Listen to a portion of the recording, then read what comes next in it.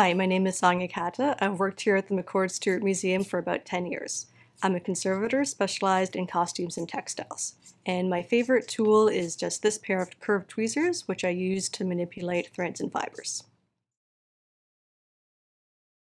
I have a bachelor's degree in art history, and then I did my master's of art conservation at Queen's University in Kingston. I started here at the McCord Stewart Museum as an intern during my conservation studies. Then I did a Young Canada Works program. After a fellowship at the Canadian Conservation Institute, I came back here on contract and eventually got a permanent position as a conservator.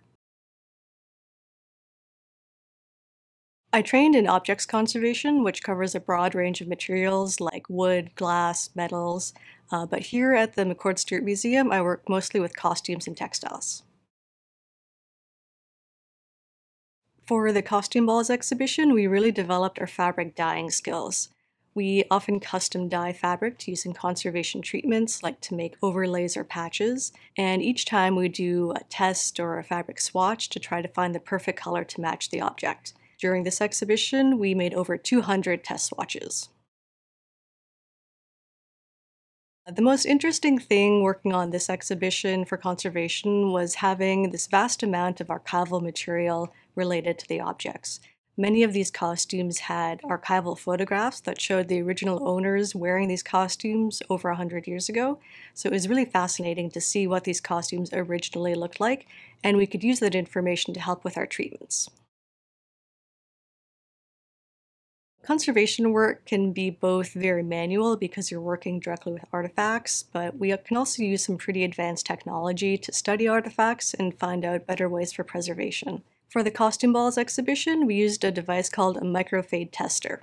A microfade tester is a machine that shines a very small but very bright light onto an object and records the color change with a color emitter.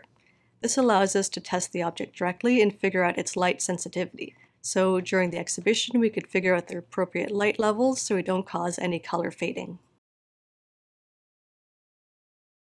So conservation really does involve a lot of science in addition to history and art. In our daily work, we can do things like measure out solvents to mix up adhesive solutions or makeup cleaning solutions. We use polarized light microscope to identify fibers and materials, and can do UV or X-ray examination of artifacts. So we have to understand the scientific principles behind those.